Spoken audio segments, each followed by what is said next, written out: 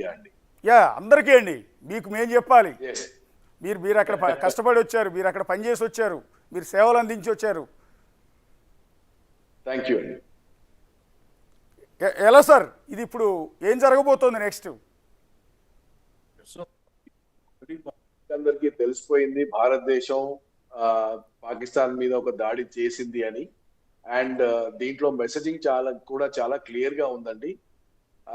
పాకిస్తాన్ తన war gaming లో పహల్గామ్ దాడి తర్వాత ఇండియా ఎలా అటాక్ చేస్తుందో అని వాళ్ళ దగ్గర కొన్ని ఆప్షన్స్ పెట్టుకొని వాళ్ళు ఫుల్ అలర్ట్ స్టేటస్ లో ఉన్న సమయంలో మనం చాలా సక్సెస్ఫుల్ గా పిఓజేకేలోనే కాకుండా పంజాబ్ లో కూడా వాళ్ళ జిహాదీ ఫ్యాక్టరీస్ ఏవైతే ఉన్నాయో, జిహాదీ స్థావరాలు ఏదైతే ఉన్నాయో వాటిని చాలా సక్సెస్ఫుల్ గా ఇవాళ మనం డిస్ట్రాయ్ చేయడం జరిగింది. And I think this is a statement to the entire world of the military capability that India possesses and that India would like to do if they are provoked. వాళ్ళు కయ్యానికి కాలు దువ్వారు, కయ్యానికి కాలు దూశాక మన దగ్గర ఆప్షన్స్ ఏవి లేవనుకున్నారు. మనం ఒక మల్టీ డైమెన్షనల్ వార్ఫేర్ గత 14 రోజులుగా స్టార్ట్ చేసింది అందరికీ తెలిసిందే. మిలిటరీ ఆప్షన్ లాస్ట్ ఆప్షన్ కూడా అని చెప్పాము, కానీ మిలిటరీ ఆప్షన్ తప్పకుండా యూజ్ చేసే అవసరం మనకు ఉండే. అండ్ దాని ప్రకారంగానే ఇవాళ ప్రొద్దున మనం అలాంటి దాడి చేశాము. దీంట్లో ఇంకో ప్రత్యేకత ఏంటంటే, లాస్ట్ టైం బాలాకోట్ లో మీరు చూశారు, ఎయిర్ ఫోర్స్ మాత్రమే దాంట్లో పాల్గొంది. ఈసారి భారత సైన్యము, పదాతి సైన్య దళము, వాయు సైన్యము, నౌకా దళము ఈ 3 కూడా దీంట్లో పాల్గొన్నాయి. And so we have used air to surface missiles used by our Indian Air Force. Army ఏం యూజ్ చేసిందో దాని వివరాలు ఇంకా బయటికి రాలేదు.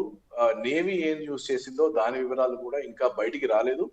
బట్ ఇప్పుడు ఒక స్టేట్మెంట్ వచ్చిందండి, చుట్కీ బర్ సింధు కే లియే కీమత్ చుకానా పడేగా అని. అండ్ పాకిస్తాన్ కి మన దేశపు ఆడవాళ్ల నుదురు మీద ఒక సింధూరం జరిపేస్తే మనం ఆ దేశంలోకి చొరపడి వాళ్ళ నట్టింట్లో నిలబడి పబ్లిక్ ముందు వాళ్ళు ఎంత రెడీగా ఉన్నా కానీ, ఎంత కత్తులు పట్టుకున్న డాన్స్ చేస్తున్నా కానీ వాళ్ళ చెంప మీద మాత్రం దెబ్బ కొట్టే సామర్థ్యం మనకు ఉంది అని వాళ్ళ నిరూపించడం జరిగింది. ఇప్పుడు దీన్ని బేస్ చేసుకుని పాకిస్తాన్ యుద్ధానికి సిద్ధమవుతోంది కదండి. మన బోర్డర్లోకి బెలూచిస్తాన్ నుంచి సైన్యం మొత్తాన్ని రప్పిస్తోంది. చేస్తుందండి. సో మనం ఒక ఫుల్ కన్వెన్షనల్ వార్ కి ఇవాళ సిద్ధంగా ఉన్నాము. కానీ మనం జరిగిన దాన్ని విశ్లేషిస్తే చాలా క్లియర్ గా తెలిసేది 2-3 విషయాలు బయటపడతాయి. ఒకటి, మనం వాళ్ళ భూభాగంలోకి 50-60 కిలోమీటర్లు, 100 కిలోమీటర్ల లోపల కూడా మనం టార్గెట్లు చూస్ చేసుకొని ఇవాళ స్ట్రైక్ చేశాము. కానీ జనసాంద్రత ఉన్న ఏరియాస్ లో మనం స్ట్రైక్ చేయలేదు. వాళ్ళ మిలిటరీ స్థావరాల పైన మనం స్ట్రైక్ చేయలేదు. వాళ్ళ న్యూక్లియర్ ఫెసిలిటీస్ మీద మనం స్ట్రైక్ చేయలేదు. అంటే జన నష్టం, ప్రాణ నష్టం కాకుండా మనం ఎంతో రెస్పాన్సిబిలిటీతో, మాకు పాకిస్తాన్తో శత్రుత్వం లేదు, పాకిస్తాన్ లో ఏవైతే జిహాదీ ఫ్యాక్టరీస్ ఉన్నాయో, ఏవైతే మా భూభాగంలోకి చొరబడి మా దగ్గర దురాఘాతాలు చేస్తున్నారు, కేవలం వాళ్ళని మాత్రమే టార్గెట్ చేస్తూ మనం స్ట్రైక్ చేశాం. ఇది భరత్రెడ్డి గారు ఇందాక నుంచి అదే చెప్తున్నా, ఇజ్రాయెల్ గాజా మీద చేసినట్టు, రష్యా ఉక్రెయిన్ మీద చేసినట్టు మనం పాకిస్తాన్ మీద చేయలేదు. మనం ఉగ్రవాద స్థావరాల మీద మాత్రమే దాడి చేశానని ఇందాక నుంచి పదే చెప్తున్నాను నేను. అవునండి. అండ్ దీంతో ఏమవుతుందంటే, పాకిస్తాన్ కి ప్రతిస్పందించడానికి ఇప్పుడు వాళ్ళ దగ్గర యాక్చువల్లీ ఆప్షన్ లేదు. ఎందుకంటే డిప్లొమాటిక్ పరంగా పాకిస్తాన్ ఎప్పుడూ కూడా ఒక నరేటివ్, వాళ్ళ ఐఎస్ఐ కానివ్వండి, వాళ్ళ సోషల్ మీడియా కానివ్వండి, వాళ్ళ సైకలాజికల్ వార్ఫేర్ మెషిన్ ఏదైతే ఉందో, వాళ్ళు ఎప్పుడు కూడా భారతదేశాన్ని ఒక బూచిగా చూపెట్టి భారతదేశం పాక్ ప్రజల పైన ద్వేషం రేపడానికి ప్రయత్నం చేస్తుంది. ఇవాళ మనం ఫస్ట్ ఏం చేశాము, దౌత్యపరంగా we have involved all developed nations in advance, proactive గా ప్రతి దేశ నేతలతోని మనం మాట్లాడి మనం తీసుకుని పోయే చర్య ఏంటో మనం ఆ అందరికీ చెప్పడం జరిగింది. అండ్ మనం చెప్పినట్టే మనం చేయడం కూడా జరిగింది. ఈ రెండింటితో ఇప్పుడు పాకిస్తాన్కి ఏమైపోయిందంటే, వాళ్ళు ఏదైతే బూచి అని చూపెట్టదలుచుకున్నారో ఆ బూచి ఇప్పుడు వాళ్ళకి చూపెట్టడానికి లేదు. కానీ ఎట్ ద సేమ్ టైం మనం రియలైజ్ చేయాల్సింది ఏంటంటే, పాకిస్తాన్ ప్రజలు వేరు. పాకిస్తాన్ కి ఇప్పుడు ఎవరైతే లీడర్షిప్ రోల్ లో ఉన్నారో, ఎస్పెషలీ దట్ మదర్సా qualified maniac called Asim Munir, ఒక మతోన్మాది మిలిటరీ దుస్తులు వేసుకొని ఆ దేశం ఏం చేయాలో అతను డిక్టేట్ చేస్తున్నాడు ఇవాళ. అండ్ ప్రాబ్లం ఎక్కడంటే, ఆయన 15 రోజుల ముందు పాకిస్తాన్ డయాస్పోరా అంతా కూడా పిలిచి పాకిస్తాన్ ని ఒక ఇస్లామిక్ దేశంగా, పాకిస్తాన్ ఇస్లాం దేశాలలో ఒక అగ్ర రాజ్యంగా, ఇస్లాం చేసే ఒకే ఒక దేశంగా, అండ్ కాశ్మీర్ ని భారత్ కి ఒక న్యూక్లియర్ వెయిన్ గా ఆయన డిక్లేర్ చేయడం జరిగింది. అంటే తన మొగతనాన్ని నిరూపించుకోవడానికి ఆయన ఒక పబ్లిక్ స్టేట్మెంట్ చేశాడు. అండ్ అదే మనిషిని వాళ్ళ ఇంట్లోనే నిల్చోబెట్టి నట్టింట్లో మనం ఆయన చెంప మీద దెబ్బ కొట్టడం జరిగింది. అండ్ అసీం మునీర్ లాంటి సైకాలజీలో ఉన్న మనిషి దీన్ని సహించజాలడు. అండ్ అందుకోసం తప్పకుండా ఎన్ని మిత్ర దేశాలు, ఎన్ని అగ్రరాజ్యాలు ఇప్పుడు ఏ అడ్వైస్ ఇచ్చినా కానీ Asim Munir will try to do one more adventure. And I'm pretty sure of it. ఎందుకంటే ఆయన తగ్గితే ఆయన మొగతనం పోతుంది, ఆయన ముఖం చూపించుకోజాలడు తన దేశంలో. అండ్ ఎస్కలేషన్ చేస్తేనే పాకిస్తాన్ ఆర్మీకి విలువ ఉంటుంది ఆ దేశంలో. సో విలువ తగ్గిపోయిన ఈ టైంలో బలూచిస్తాన్, వజీరిస్తాన్, ఖైబర్ పఖ్తూన్వా, సింధ్ లాంటి ప్రాంతాల్లో జరుగుతున్న అల్లకల్లోలం ఏదైతే ఉందో, అండ్ లాస్ట్ మంత్ ఏదైతే వాళ్ళ ట్రైన్ పైన దాడి జరిగి వాళ్ళ సోల్జర్స్ ని వాళ్ళు కోల్పోయారో, ఇవన్నిటిని దాచుకోవడానికి ఆయన పహల్గామ్ అనే వ్యూహం రచించాడు. కానీ ఇప్పుడు ఆయన వ్యూహం రచించిన వ్యూహం ఆయనకే తీవ్రంగా తయారవుతుంది. And that's a problem. So we should be prepared today. ఏదైతే మన మాక్ డ్రిల్స్ ఇవాళ ఉంటాయో, మన పౌరులందరూ రెడీగా ఉండాలి ఇవాళ. అండ్ పాకిస్తాన్ ఏదో ఒక దుశ్చర్యకు మళ్ళీ పాల్పడుతోంది అని మాత్రం మనం రెడీగా ఉండాలి. ఒక్క నిమిషం భరత్ రెడ్డి గారు, మీరు లైన్లో ఉంటే అసలు ఎక్కడెక్కడ అటాక్స్ జరిగాయి మ్యాప్లో చూద్దాం. మ్యాప్లో చూసిన తర్వాత దీని గురించి డిస్కషన్ కంటిన్యూ చేద్దాం. మొత్తం టోటల్గా 4 జైషే మొహమ్మద్ స్థావరాలపైన, 3 లష్కరే తోయిబా స్థావరాలపైన, 2 హిజ్బుల్ ముజాహిద్దీన్ స్థావరాలపైన భారత సైన్యం రాత్రి దాడులు చేసింది. మళ్ళీ మీరు నోట్ మీకు అర్థం కావడానికి చెప్తూ ఉన్నాను. 4 జైషే మొహమ్మద్ స్థావరాలు, 3 లష్కరే స్థావరాలు, 2 హిజ్బుల్ ముజాహిద్దీన్ స్థావరాలపైన భారత సైన్యం దాడులు చేసింది. ఒకసారి ఎక్కడెక్కడ దాడులు చేసింది అనేది మీరు ఇక్కడ చూడండి. ఒకసారి మీరు చూస్తే నియంత్రణ రేఖ వెంట పలు ప్రాంతాల్లో ఎదురు కాల్పులు.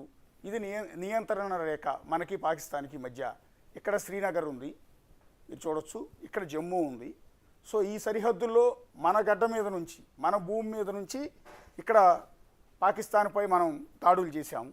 ఒకటి ఇక్కడ చూడండి, శ్రీనగర్కి నియర్ బై, అంటే మన బోర్డర్లో సరిహద్దుల్లో ఉన్న ముజఫరాబాద్, నెక్స్ట్ కోట్లీ, నెక్స్ట్ గుల్పూర్, బింబర్, సియాల్కోట్, మురిద్కే, ఇట్లా మొత్తం, తర్వాత చకామురు. సో 1, 2, 3, 4, 5, 6, 7 చోట్ల మొత్తం దాడులు జరిగాయి. ఇందాక నుంచి చెప్తున్నాను కదా, 4 జైషే మొహమ్మద్ స్థావరాలు, 3 లష్కరే స్థావరాలు, ఇక 2 హిజ్బుల్ ముజాహిద్దీన్ స్థావరాలు కూడా ఉన్నాయి. వాటి గురించి కూడా మనం ఒకసారి డిస్కస్ చేద్దాం. నియంత్రణ రేఖ ఇప్పుడు ఫైరింగ్ జరుగుతున్నది ఎక్కడంటే ఈ ప్రాంతాల్లో ఫైరింగ్ కొనసాగుతుంది. పాకిస్తాన్ ఆర్మీ మన వైపు, అంటే గుజరాత్ వైపు కావచ్చు, ఇటు కశ్మీర్ వైపు కావచ్చు, ఇక్కడంతా కూడా కాల్పులు జరిపే ప్రయత్నం చేస్తోంది. సో ఇందులో కీలకమైంది, చాలా ఇంపార్టెంట్ మనకేంటంటే ఎక్కడెక్కడ ఎవరెవరి స్థావరాలు ఉన్నాయనేది మనం ఒకసారి చూడాల్సి ఉంటుంది. చకామురు, మురిద్కే, సియాల్కోట్, బింబర్, గుల్పూర్, కోట్లీ, ముజఫరాబాద్, ఇక్కడ మొత్తం ఎయిర్ స్ట్రైక్స్ జరిగాయి, మిసైల్స్ దాడి కూడా జరిగింది. సో ఇక్కడ చాలా తీవ్రంగానే వాళ్ళు నష్టపోయారు. ఇక్కడ బహవల్పూర్ ఇక్కడ కూడా ఉంది, మీరు చూడొచ్చు. ఇది చాలా దూరంలో ఉంది. సో అక్కడ వరకు కూడా ఎయిర్ స్ట్రైక్ చేశారా, మిసైలే ప్రయోగించారా అనే దాని మీద పూర్తి క్లారిటీ రావాల్సి ఉంటుంది. ఇక్కడ మన సరిహద్దుల్లోనే చక్కామురు ఉంది, మురిద్కే కూడా మన సరిహద్దుల్లోనే ఉంది, సియాల్కోట్ మన సరిహద్దుల్లో ఉంది, బింబర్ కూడా మన సరిహద్దుల్లో ఉంది, గుల్పూర్, కోట్లీ ఇవన్నీ మన సరిహద్దులో ఉన్నాయి. ముజఫరాబాద్ కొద్దిగా దూరంలో ఉంది. ఇక్కడ భవల్పూర్ ఇది మాత్రం చాలా దూరంలో ఉంది. సో అక్కడి నుంచి అటు హర్యానా వైపు నుంచి మనం ఎయిర్ స్ట్రైక్ చేయాలన్నా లేకపోతే డైరెక్ట్గా మిసైల్స్ ప్రయోగం చేయాలన్నా ఇక్కడ హర్యానా గడ్డ మీద నుంచి బహుశా ఇదంతా చేసి ఉండొచ్చు. మ్యాప్ను బట్టి కొంత అర్థమవుతుందో మనకి ఇక్కడ తెలుస్తుంది. ఇక్కడ ఇందులో అన్నిటికంటే కూడా ఇంపార్టెంట్ ఏంటంటే ఎవరి స్థావరం ఏది, జైషే మొహమ్మద్ స్థావరం ఎక్కడుంది, తర్వాత లష్కరే తోయిబా స్థావరం ప్రధానమైన స్థావరం ఎక్కడుంది అనేది మనం ఒకసారి డిస్కస్ చేద్దాం. ఇందులో మనం సరిగా గమనిస్తే భవల్పూర్ మీరు ఇక్కడ చూశారు కదా, ఇది భవల్పూర్. ఈ భవల్పూర్లో మసూద్ అజర్ నడుపుతున్న జైషే మొహమ్మద్ ప్రధాన కార్యాలయం ఇక్కడ ఉంది. ఒక్కసారి పైకి తీసుకొస్తారా పిసిఆర్ కొద్దిగా. భవల్పూర్ ఇది కీలకమైన కేంద్రం. ఇక్కడ జైషే మొహమ్మద్ ప్రధాన సంస్థ ఉంది. అక్కడ మిసైల్స్ దాడి జరిగింది. సో వాళ్ళ ప్రధాన కార్యాలయం మొత్తం కూడా ధ్వంసమైంది. సో ఇక్కడ మసూద్ అజర్ చనిపోయాడా బతుకున్నాడా అనేది ఇంకా పూర్తి స్థాయిలో క్లారిటీ రావాల్సి ఉంటుంది. అట్లాగే మురిద్కే అనేది ఇది మీరు ఇక్కడ చూస్తే ఈ మురిద్కేలో లష్కరే తోయిబా ఉగ్రవాద సంస్థ ప్రధాన కార్యాలయం ఉంది. ఇది భవల్పూర్. ఈ రెండు వెరీ ఇంపార్టెంట్. ఇక్కడ మళ్ళీ మీకు అర్థం కావటానికి చెప్తూ ఉన్నాను. ఇది జైషే మొహమ్మద్ ప్రధాన కార్యాలయం భవల్పూర్లో ఉంది. లష్కరే తోయిబా ప్రధాన కార్యాలయం మురిద్కే ఉంది. దీన్ని హఫీజ్ సయీద్ నడుపుతున్నాడు. ఇక్కడ దీని జైషే మొహమ్మద్ని మసూద్ అజర్ నడుపుతూ ఉన్నాడు. సో వీళ్ళిద్దరూ హతమయ్యారా లేదా అనేది కీలకం. ఎందుకంటే వీళ్ళే ఉగ్రవాదుల్ని పెంచి పోషించేది, ఉగ్రవాదులను రిక్రూట్ చేసి కుర్రవాళ్ళ పిల్లల్ని రిక్రూట్ చేసి వాళ్ళకి ట్రైనింగ్ ఇచ్చి ఇంత చంపేది వీళ్ళే అనమాట. ఇక్కడ మీరు చూస్తే ఇదిగో ఇది ఇందాక నేను చెప్తున్నది భవల్పూర్ జైషే మొహమ్మద్ సంస్థకు సంబంధించిన ప్రధానమైన కార్యాలయం. ఇక్కడ కొట్టడం అనేది మామూలు విషయం కాదు. అట్లాగే మురిద్కే అనేది మీకు ఇక్కడ హఫీజ్ సయీద్ నడుపుతున్న లష్కరే తోయిబా ఉగ్రవాద సంస్థ ప్రధాన కార్యాలయం. ఇది ప్రపంచానికి ఒక